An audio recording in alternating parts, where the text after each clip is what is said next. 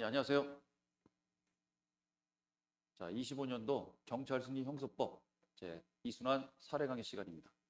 그동안 이제 여러분들이 사례 강의를 이제 많이 기다리셨을 텐데, 제가 이제 강의 스케줄도 좀 있고, 그다음에 이제 강의실 문제도 좀 있어갖고, 그리고 시험도 연기가 됐었죠. 그래서 이제 작년보다 조금 이제 늦게 강의를 시작을 하게 됐는데, 그래도 이제 우리가 끝나는 거는 뭐 그렇게 늦지 않게 끝나니까 걱정하지 마시고, 그다음에 이제 앞으로 촬영은요. 제가 이제 다른 강의들도 같이 껴있는 바람에 주 2회 정도, 작년같이 주 2회 정도 촬영을 하도록 하겠습니다. 자, 그럼 이제 오늘 첫날이기 때문에 여러분들과 같이 이제 바로 수업에 진도 나가기보다는 이 사례 공부를 어떻게 되는지, 그 다음에 이제 사례 답안지를 어떻게 작성이 되는지, 그 다음에 이제 사례 시험에 대해서 어떤 이제 특성이 있는지, 이런 이제 오리엔테이션을 진행하도록 하고, 그 다음에 진도를 나가도록 하겠습니다. 자, 그럼 먼저 칠판을 좀 보시도록 하겠습니다. 자, 사례 강의 이제 우리 먼저 교재부터 보시면요. 2025년도 경찰 승진 주간제 형사법 사례집입니다. 여기는 이제 사례 문제가 총 132개가 들어있어요. 132개. 근데 이제 일반 사례 문제가 83개가 있고요. 그 다음에 심화 사례 문제가 49문제가 있습니다. 그럼 이제 가끔씩 질문들이 들어옵니다. 이거하고 이거 무슨 차이냐? 자, 그걸 이제 확실하게 설명을 드릴 테니까 질문 안 하셨으면 좋겠어요. 자,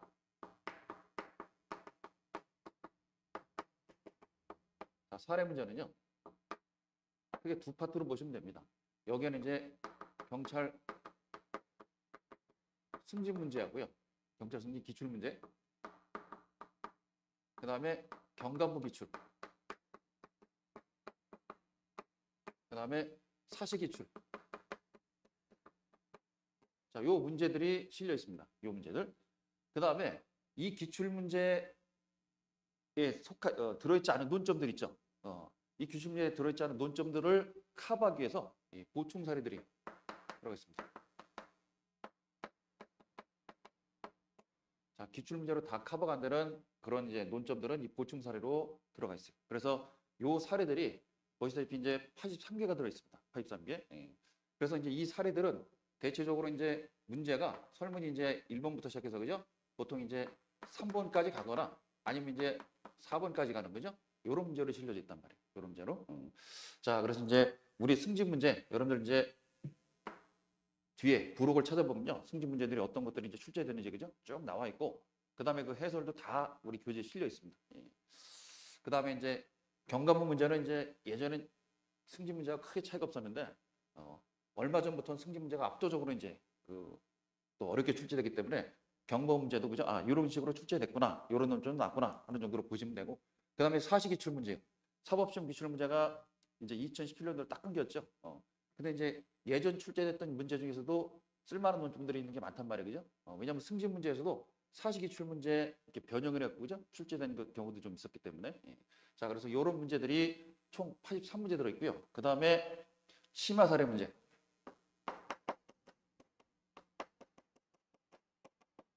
자, 심화 사례는요. 크게 이제 두 종류로 보시면 되는데 자, 첫 번째가 이제 변시 기출 문제입니다. 변시 기출. 변호사 시험 기출 문제. 그 다음에 변시 모의 시험.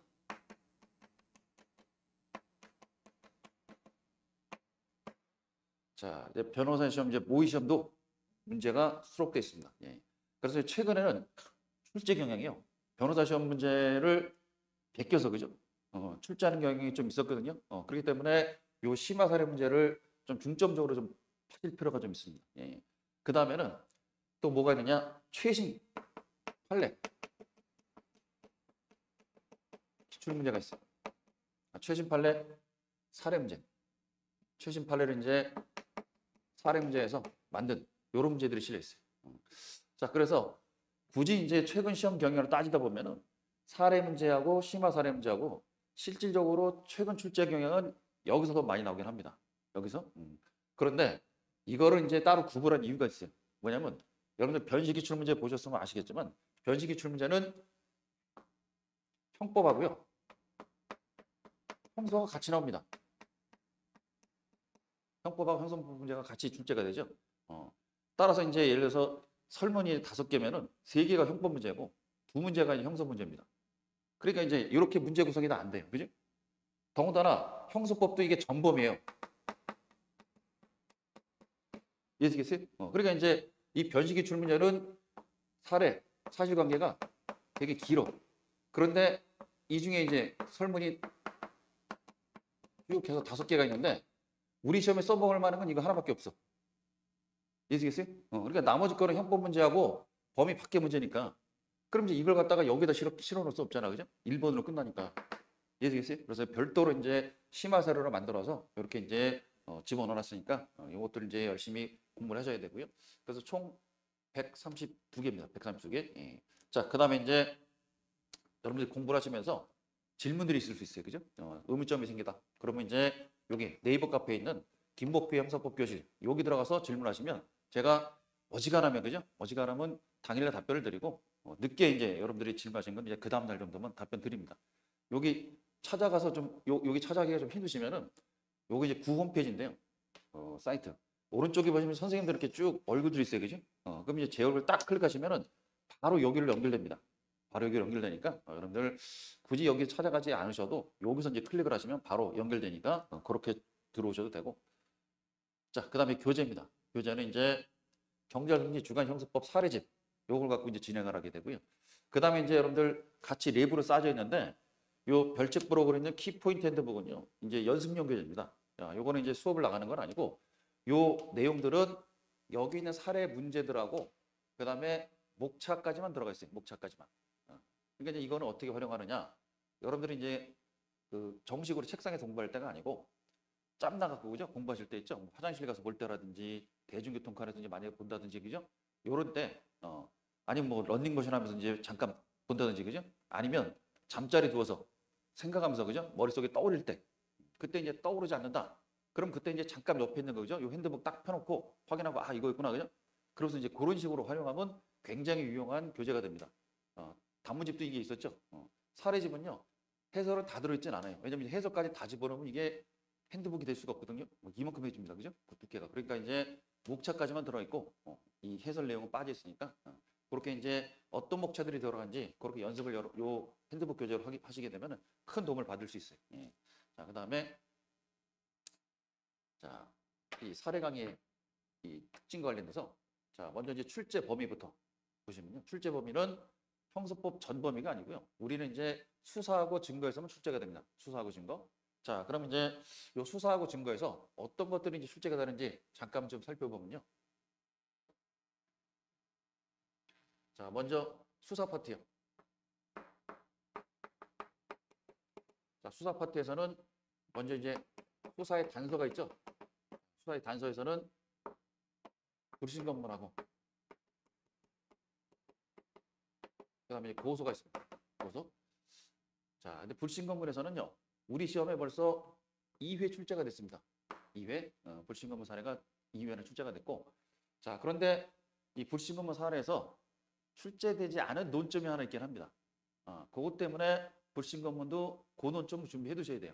그럼 이제 고논점이 출제된다면 불신검문 일반론도 어느 정도 쓸 수 있어야 되거든요.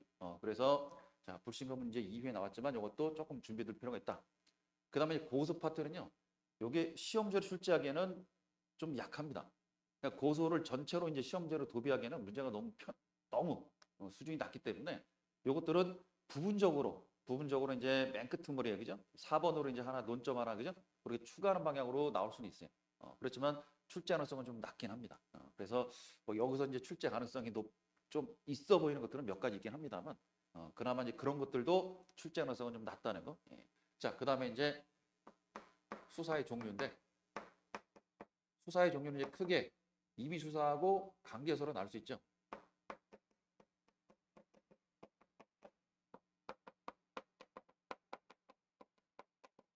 자, 그럼 이제 임의 수사하고 강제 수사 이 파트에서 이제 어떤 것들이 사례에서 출제가 되느냐? 자, 첫 번째, 자 임의 수사하고 강제 수사 구별 전에, 자 입건 전에, 자 조사하는 거, 자 입건전 조사하고요, 수사하고의 구별. 요게 이제 시험 문제 우리 승리 시험에서도 2번 정도 기출이 됐어요. 2번 정도. 자, 근데 언제든 이거 또 나올 수도 있는 거기 때문에 요거는 이제 여러분들이 항상 준비를 해 두셔야 되는 거고. 자, 그다음에 이제 이비수하고 강기수하고 이제 구별 기준.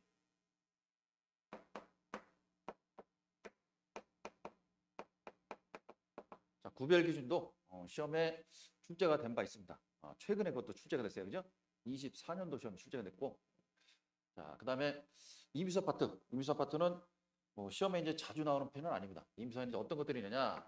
시험에 이제 어떤 것들이 주로 나오느냐? 자, 첫 번째가요. 제일 출제 가능성이 높아 보이는 거는 이제 임의동행이긴 합니다. 그나마 좀 이미수 파트에서는 높다고 하는 거지. 사실 임의동행 파트도 시험에 출제된 바 있기 때문에 그죠? 실제 시험에 나올 가능성은 높진 않습니다. 예. 그다음에 이제 또 뭐가 있느냐? 변호인 참여권.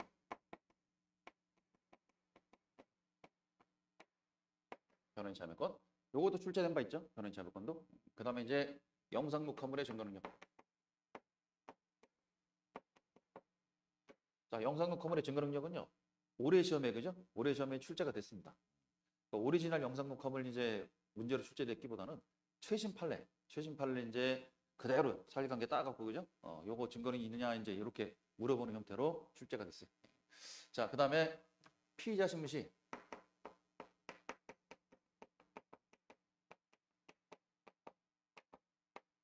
절차 위반이 있는지 요것도 출제된 바 있습니다. 그래서 이제 피의자 신문할 때 진술요건 고지해줘야 되고, 그죠? 만약 진술요건 불고지로 인해서 얻어낸 자백, 이거 증거는 뭘로 부정하느냐, 요거 출제된 바 있고, 그다음에 이제 피의자 신문할 때요, 단독 신문하고 사법 경찰 리가 신문하고, 그다음에 연락 명령시키지 않은, 그죠?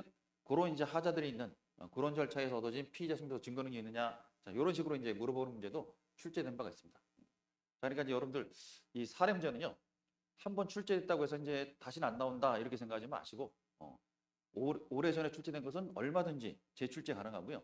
그다음에 꼭 올해나 내년, 작년, 그죠? 작년이나 재작년 기출된 거 아니더라도 뭐 2, 3년 전에 출제된 것들도 재출제될 가능성도 있습니다. 그래서 빈번하게 출제되는 것들은 여러분들이 항상 나올 수 있다고 생각하시고 그렇게 준비를 해두셔야 돼요. 자, 그래서 이런 것들이 이제 이미수에서 이제 출제가 되는 그런 파트들이고, 자, 그다음에 이제 강제수사입니다. 자, 강제수사는 다시 둘로 나눠야 됩니다. 그죠? 대인적과 대물적으로, 그죠? 자, 대인적 강제수사에서는요, 주로 이제 뭐가 출제되느냐, 이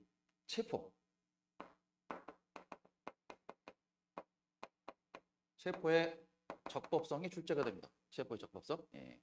자, 그래서 체포의 적법성 관련해서는 뭐 여러분들 아시다시피 현행범 체포, 그죠? 적법성. 그다음 준행범 체포. 그다음에 이제 긴급 체포, 그죠? 자, 이런 것들은 이제 과연 이게 적법이냐 아니냐, 그죠? 그거 따져주는 문제들, 그런 것들은 수시로 굉장히 많이 출제가 됐어요. 그래서 이제 이거는 앞으로도 계속 나올 수 있는 거기 때문에 여러분들이 체포의 적법성 따지는 문제는 연습을 좀 해두셔야 됩니다. 연습을. 예. 그 다음에는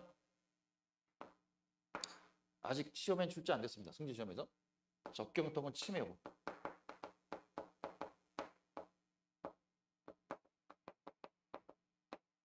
자, 적경통은 침해 문제는요. 이게 이제 사법 시험하고 경찰 간부 시험에서는 출제된 바가 있어요.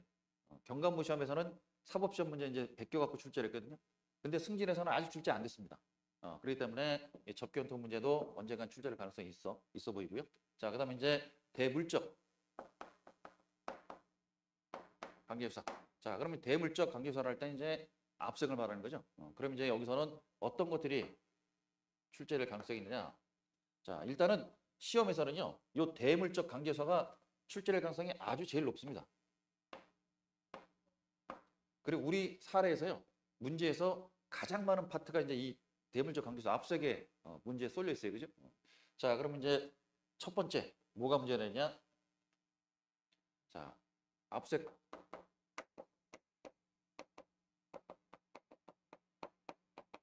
절차 위반인 거.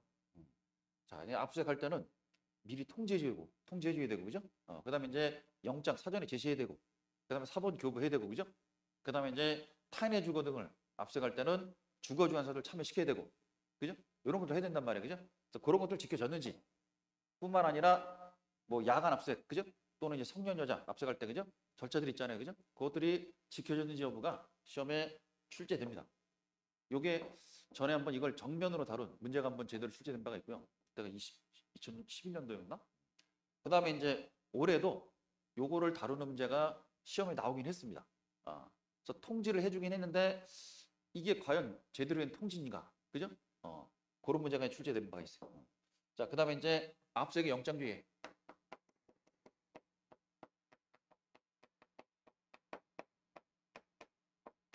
자, 압수액의 영장주의에는요. 뭐 시험에 뭐 단골이라고 보시면 됩니다. 시험에 단골. 자주 출제가 되는데, 자, 이 중에서도 이제 올해도 여기서 출제가 됐어요. 여기서 뭐가 출제되느냐? 유류물 압수해가는 거. 자, 요 유류물 압수해가는 판례는요. 요게 이제 24년도 판례인데, 24년도 판례가 이제 너무너무 중요해서 제가 이제 작년 12월 달에, 그죠? 요 최신 판례 특강을 했습니다. 왜냐면 이제 24년도에 나온 판례들은 이 교재에 실려 있지 않거든요.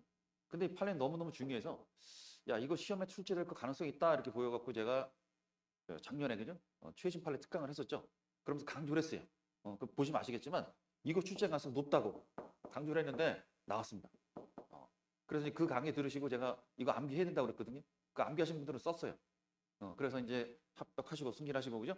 그 다음에 제 카페에다 글도 남기셨는데 그래서 이제 유흥을 압수해가는 것도 이제 압수수색 영장이 예외이기 때문에 그죠? 중요한 포인트로 아주 높게 중요성이 이제 있었던 그런 문제가 출제가 됐었고, 자, 그 다음에는 최근에 가장 많이 출제가 되고 있는 자 파트로 뭐가 이제 문제가 되느냐?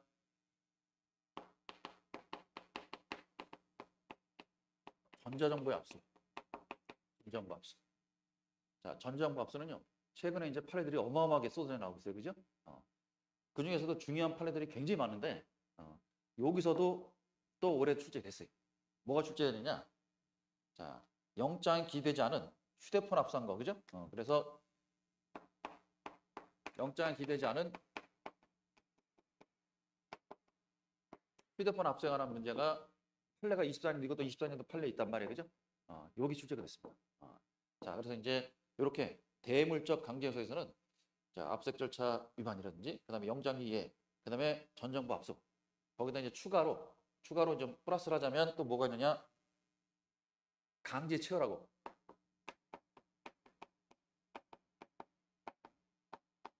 강제 체류가 있습니다. 자, 그런데 요 파트도 시험 이미 출제된 바 있어요. 그죠? 그래서 강제 체류하고 강제 체결. 이것도 이제 시험 출제된 바 있다. 그렇지만 또 출제될 가능성 배제 못하기 때문에 어느 정도는 좀 익혀두실 필요가 있고요. 예. 자, 그다음에 이제 증거 파트에서는 어떤 게 출제가 되느냐?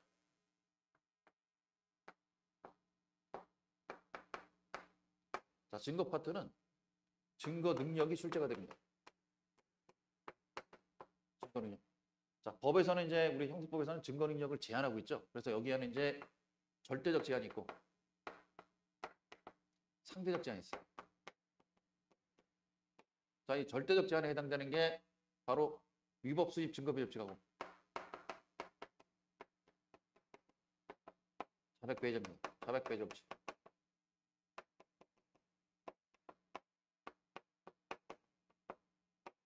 자, 그럼 이제 위증 법칙과 관련돼 갖고는 주로 이제 뭐가 문제되느냐?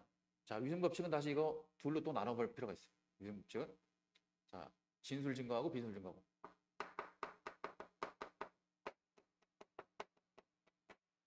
자, 비인술 증거는요. 다시 또 뭘로 나눠보냐면 사인하고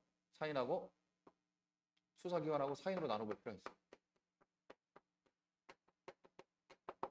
자, 그래서 사인인 경우는 사인의 위수적으로 가면 되고 수사기관의 경우는 자, 압수액의 적법성, 그죠? 자, 압수액의 적법성. 요걸로 이제 들어가서 이제 위증법칙의 예외.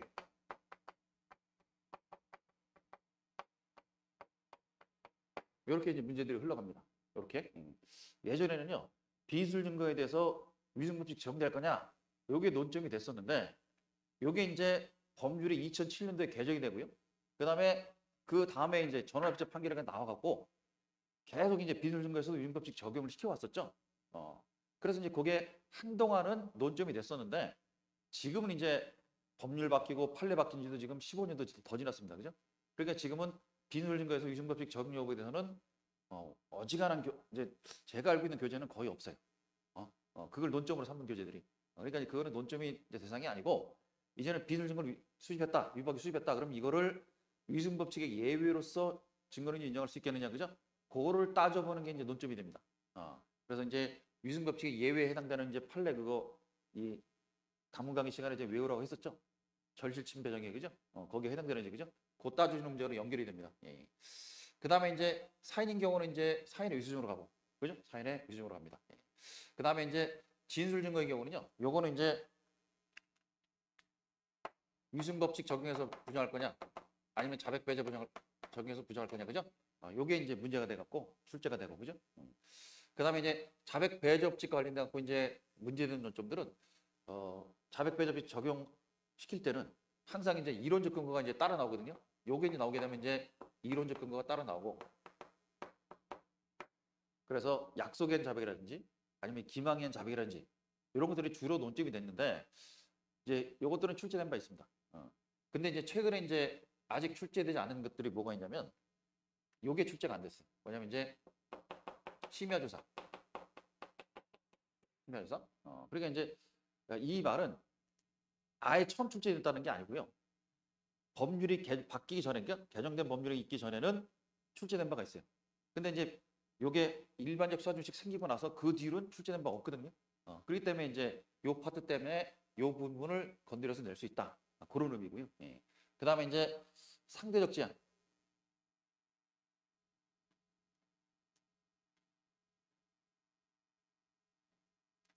자, 상대적 제한으로 들어가게 되면 전문 법칙이죠. 자, 전문 법칙 관련돼 갖고는요. 어떤 것들이 논점이 되느냐면 제일 많이 이제 문제가 되는 게 공범자 자백. 이 공범자 자백에는 이제 법정 자백도 있고요. 그다음에 이제 검찰 자백, 경찰 자백. 지금 이제 검찰하고 경찰 자백에 다 이제 동일해졌습니다. 동일해졌고, 자 이것들을 다른 공범자에 대해서 유죄 증거 사용할 수 있겠는 얘기죠. 이런 것들이 이제 출제가 되고, 24년도에는 그죠? 24년도에는 공범은 아니지만 양벌 규정으로 그죠? 양벌 규정으로 처벌받을 수 있는 대표자 그죠? 대표자도 과연 동일하게 312조 3항에 적용될 거냐 하는 문제가 출제된 바 있습니다. 자, 그다음에 이제 또 뭐가 많이 출제되느냐? 전문 진술이요. 그다음에 재전문 증거. 단골이죠. 전문 진술하고 재전문 증거. 자, 그래서 요것들은 올해 출제돼도요. 내년도 또 나올 수 있습니다. 그러니까 꼭 준비해 두셔야 돼. 꼭.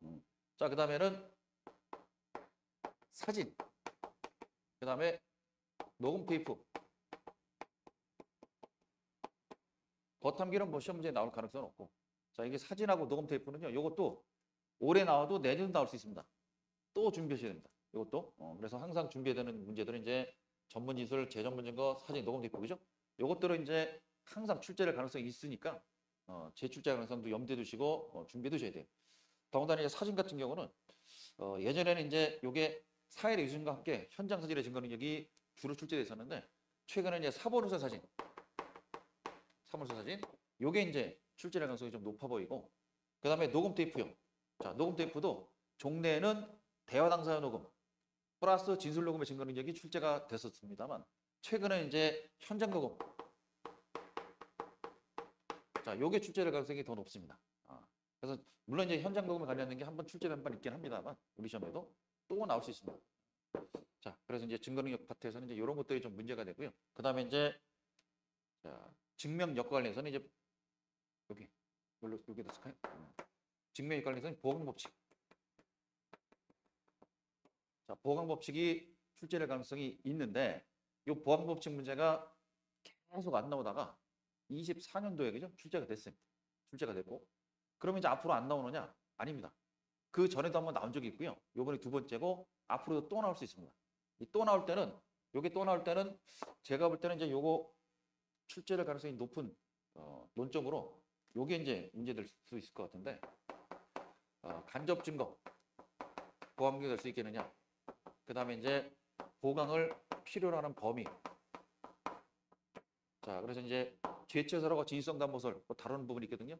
요게 아직 출제가 안 됐어요. 그래서 이 부분도 출제 가능성이 있다. 자, 그래서 이제 이렇게 수사하고 증거 파트에서 주로 이제 시험에 출제가 된다는 거. 예. 자, 그럼 이제 다시 요 칠판 쪽으로 돌아오셔갖고요. 자, 사례 출제 경향을 잠깐 보시면요. 자, 교재 596페이지 잠깐 보도록 하겠습니다. 596페이지. 자, 여기 이제 기출문제 부록으로 이제 모아놓은 겁니다. 기출문제 부록으로 모아놓은 거. 자, 보시게 되면은 596페이지에 25년도 기출문제가 있죠. 거기 보시면 이제 1, 2, 3, 4번 설문이 있는데 거기 1번 설문이요. 24년도 최신 판례 응용한 문제입니다. 요게 이제 유류물 압수하는 겁니다. 유류물 압수. 그다음에 3번 문제도 24년도 최신 판례를 응용을 해서 만든 판례입니다. 요게 바로 영장에 기재되어 있지 않은 휴대전화 압수한 거 그죠? 요거 유죄증거로 쓸 수 있겠느냐? 그 안에 있는 전자정보죠? 유죄증거로 쓸 수 있겠느냐? 하는 게 출제가 됐어요. 그래서 특이하게도 올해 사례 문제는 이 설문 4개 중에 2개가 그죠? 2개가 이제 24년도 최신 판례를 응용을 해갖고 출제를 했고요. 그 다음에 거기 2번에 있는 사례는 재전문 증거입니다. 재전문 증거. 그 다음에 4번 판례. 자, 요거 이제 영상 녹화물 증거 능력 묻는 문제인데 요것도 물론 24년도 최신 판례는 아니지만 이것도 비교적 최근에 나왔던 판례를 응용해서 만들었어요. 그래서 지금 4문제 중에서요. 3문제가 거의 최근에 나왔던 그죠? 판례들을 응용을 해서 사례를 만들어서 출제를 했거든요. 그렇기 때문에 최신 판례를 여러분들이 숙지를 해두시고 있어야 됩니다. 그래서 올해도 만약에 이제 중요한 판례들이 좀 나왔다.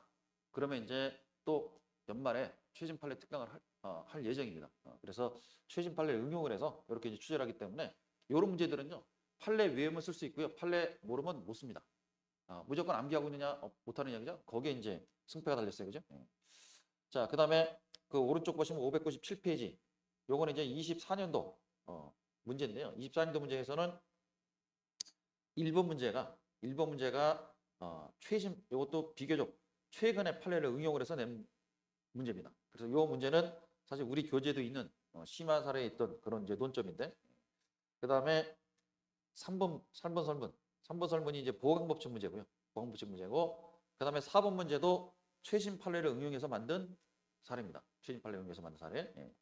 자, 그러니까 보시면 야 이거 최신 판례 비중이 굉장히 높구나 하는 걸 여러분들이 아실 수 있겠죠. 예. 자, 그 다음에 한 번만 더 볼까요? 예. 자, 보시면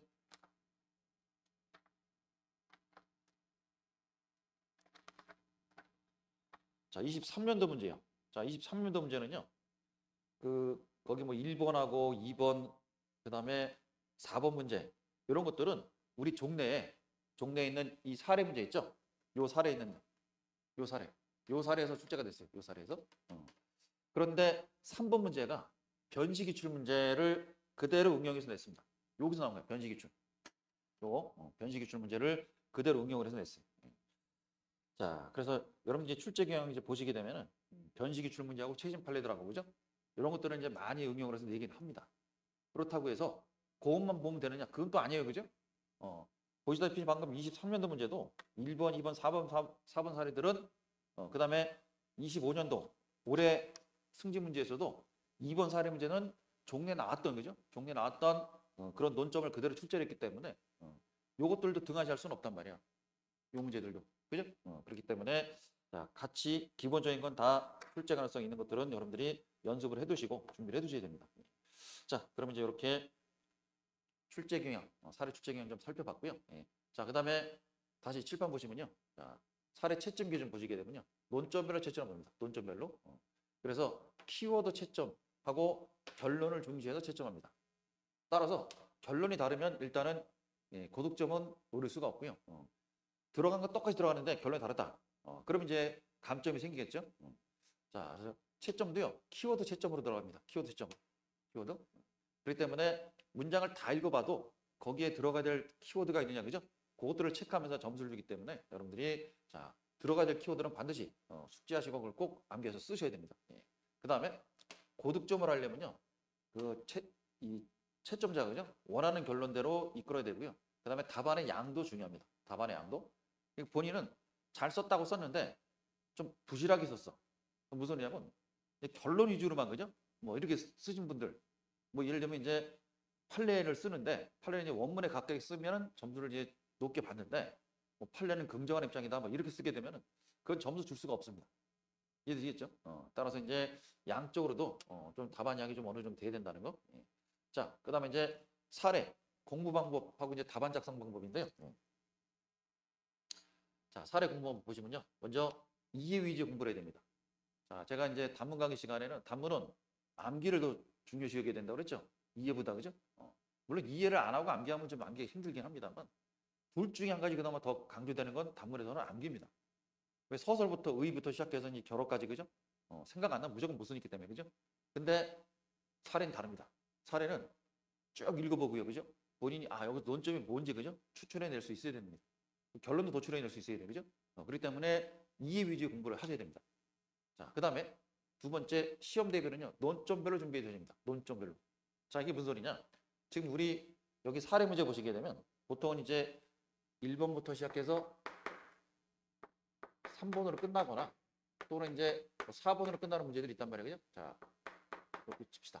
그러면 이 설문 4개 중에서요. 시험에 나올 만한 거 그죠? 준비되는 거는 요거 하나밖에 없어. 그럼 이제 나머지 건 버려도 돼요. 제가 안 나온다고 확실하게 말씀드리니까 요거 나올 가능성이 있다. 그럼 요것만 준비하시면 된다 이겁니다. 이해되겠죠? 그 이유는 뭐냐면요. 이미 우리 시험 수준이요. 올라갈 대로 올라가서 더 이상 치고 올라갈 이 위가 없을 정도로 그죠? 올라갔단 말이야. 그렇기 때문에 실질적으로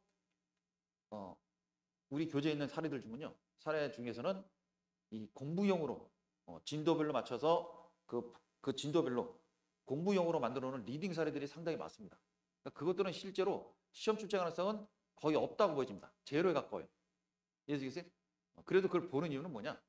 기초부터 쌓아가서 사례 연습을 들어가야 되기 때문에. 무슨 소리냐면 시험 문제가 출제되더라도요. 기본적인 거 물어볼 수도 있거든요. 예를 들어 뭐 현행법칙부의 적법성 이런 거 나올 수 있단 말이에요. 그죠? 그러니까 그런 거 안 하고 그냥 시험 출제 가능성이 있는 최신 판례들 위주로만 한다는 그런 못 씁니다. 그렇기 때문에 기본적인 사례도 공부를 해야 되기 때문에 그래서 들어가 있어요. 그렇기 때문에 논점별로 준비하셔야 돼. 그러니까 제가 1번, 2번, 4번 이건 준비할 필요 없고 3번만 준비하시면 된다. 그럼 이것만 준비하시면 된다는 겁니다. 이해되겠죠? 따라서 암기 폭이 확 줄어요. 단문보다. 예. 자, 그 다음에 3번이. 자, 사례 문제 풀 때는요. 사실관계 제시문보다 각 설문의 문제를 먼저 읽어야 됩니다. 자, 여러분들 교재 130페이지 한번 펴보세요. 130페이지. 자, 펴보시면 이 사례 22번 사례 문제가 있습니다. 22번 사례. 자, 이게 이제 승진 기출 문제인데요. 이게 사실관계가 길죠. 그죠?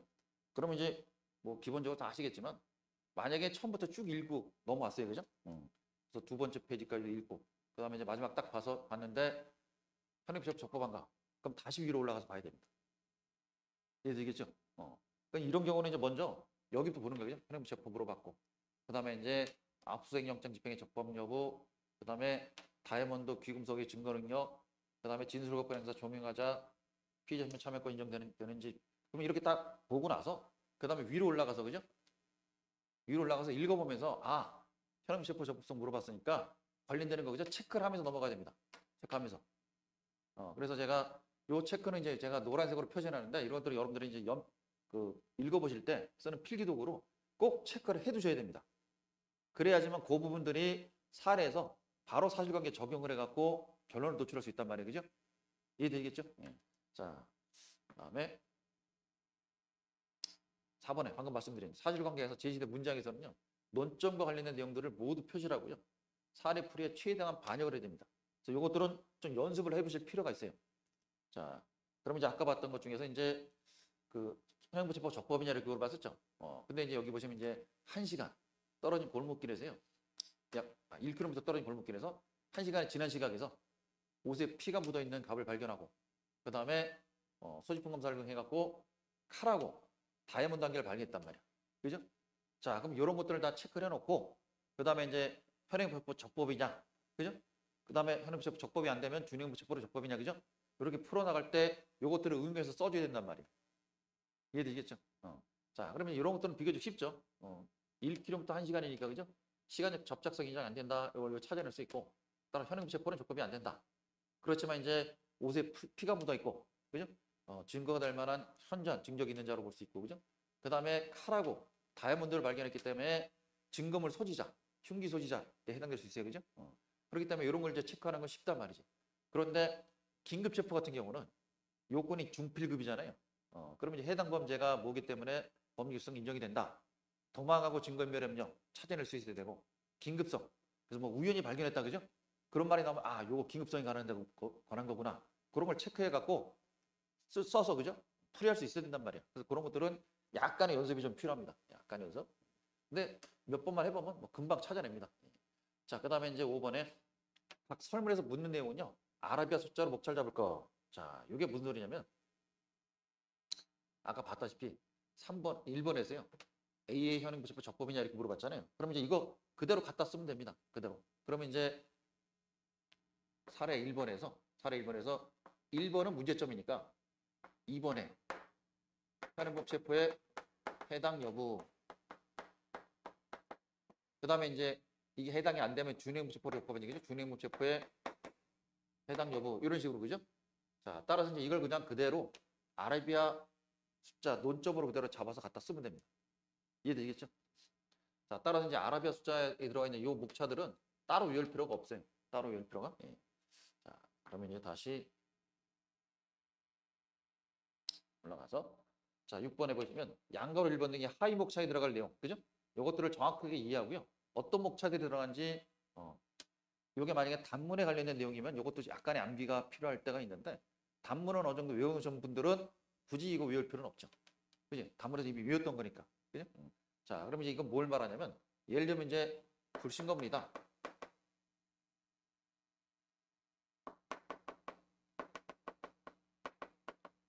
그러면 이제 나오는 목차들이 불신검문의 대상 및 절차.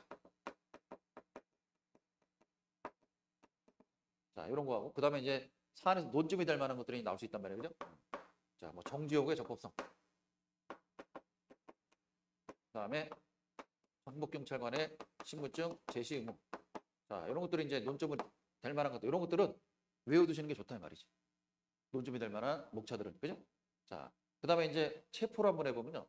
만약에 현행부 체포 해당 여부 그러면 자, 목차들이 이제 1번에 현행부 체포의 의 및 요건 이렇게 나가고요. 그다음에 이제 긴급 체포에 해당 여부. 그러면 이제 1번이 요건 및 절차. 이렇게 나오거든요. 그러니까 이런 것들을 암기해 둘 필요가 있다는 거죠. 이런 것들. 이해되시겠죠? 네. 자, 그다음에 7번에 구제의 수단이나 압수수색 또는 증거능력 관련 법조문 등은 최대한 암기해서 소설할 거. 요거는 제가 단문 강의할 때도 설명드렸습니다. 구제 수단. 뭐 준배 이상이다. 그죠? 그러면 준항고 417조고 그다음에 증거능력 배제 308조 2. 그죠? 그다음에 이제 이상할 때 이 항소 이유 361조의 5. 그죠? 이런 식으로 예, 구제 수단 관련된 법조문들은 암기해 두시는 게 좋고 그다음에 압수수색도요. 216조의 제1항의 제2호 이런 식으로 그런 것들은 이제 암기해 두시면 좋습니다. 그다음에 이제 증거능력도 마찬가지예요. 그죠? 308조 2냐 309조냐 그죠? 어렵지 않잖아요. 그죠? 이런 것들은 최대한 암기해 갖고요. 서술해 주는 게 좋고 그 다음에 이제 핸드북 이용 방법은 테스트용이라든지 목참경으로 사용하면 됩니다. 예. 자, 그 다음에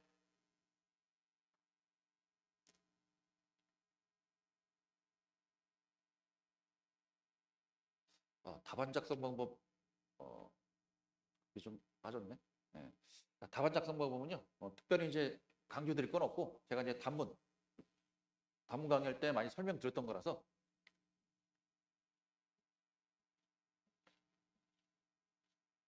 자, 몇 가지만 이제 말씀드리면요. 자, 첫 번째는 이제 요거 띄어쓰기는 요거하고 로마자 그죠? 요 사이만 띄면 된다. 그죠? 요 사이만 띄면 되고. 그다음에 이제 글자를 쓸 때요. 글자 쓸 때 이제 너무 글자를 크게 쓰면요.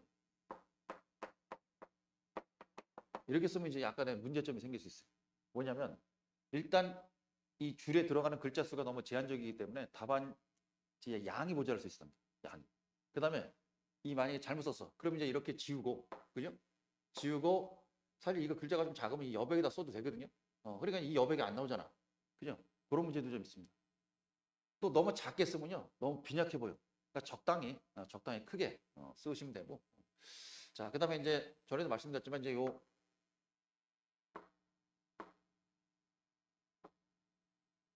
이렇게 이 여백에다 쓰는 거는 그죠? 이 여백에다 쓰는 거는 채점 안 될 수도 있다고 그랬어요. 그죠? 그래서 이제 굳이 여기다 이제 막 쓸 바에는 그죠? 이렇게 이제 수술한다고 해놓고 뒷부분에다 그죠? 쓰시면 됩니다. 그 다음에 이제 마지막으로 설명드릴 거는 이제 요 단문하고요. 단문하고 사례하고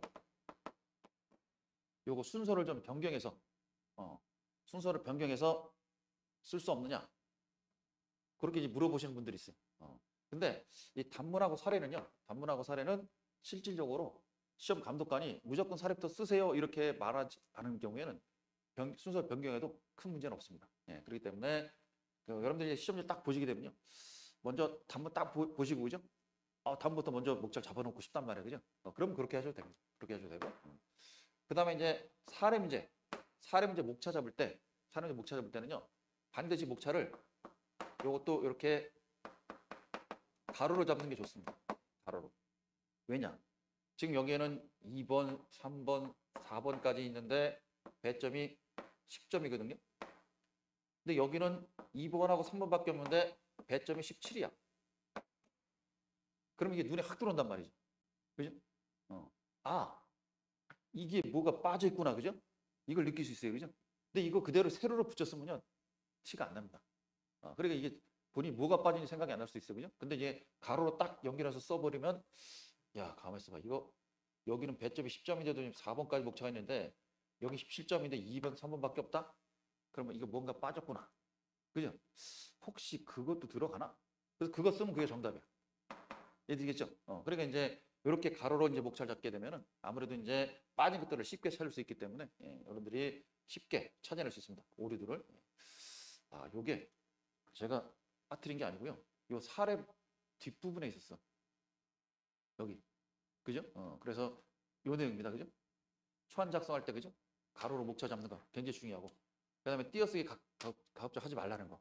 그죠? 왜냐면 이제 나중에 벙벙 뛰다 그죠? 실제로 용지 모자랄 수도 있으니까. 그다음에 시간 배분은요. 사례는 45분에서 50분, 늦어도 50분 사이까지는 끊어줘야 됩니다. 그래야지만 단문 쓸 때 급하게, 그죠? 나중에 시간 모자라고 단문 쓰다가 뺏길 수 있거든요. 그렇기 때문에 어지간하면 늦어도 50분까지는 완성해 주는 게 좋고, 그다음에 분량도요. 6페이지 안쪽으로 서술해 주셔야 됩니다. 그러니까 만약에 6페이지 초과잖아요. 그러면 단문 다 못 씁니다. 최근에 이제 단문도 양이 많은 것들을 많이 출제하기 때문에 실질적으로 5페이지 안쪽으로 끊어주는 게 제일 좋아요. 5페이지 안쪽으로. 근데 6페이지 꽉 찼다? 그럼 나머지 4페이지로 단문 2개 써야 되잖아요. 그러면 이제 난감해질 수 있습니다. 중간에 뭘 빼고 써야 된다든지 아니면 진짜 용지가 부족해서 그죠? 그런 문제 생길 수 있단 말이에요. 그죠? 그 다음에 이제 방금 말씀드렸다시피 이제 글씨체는 적당히 크게, 그죠? 악필도 크게 문제되지는 않는다. 그 다음에 이제 못 쓴 답안보다는 관련 없는 내용이라도 답안을 채우는 것이 훨씬 유리하다는 거. 그 다음에 이제 사례와 단문 작성 순서 변경, 요거는 채점의 0이었다는 거. 자, 이렇게 해서 이제 첫 시간 오리엔테이션을 말씀드렸고요. 그 다음에 이제 사례 1번부터는 다음 시간부터 진도를 나가도록 하겠습니다. 잠시 쉬었다 보도록 할게요.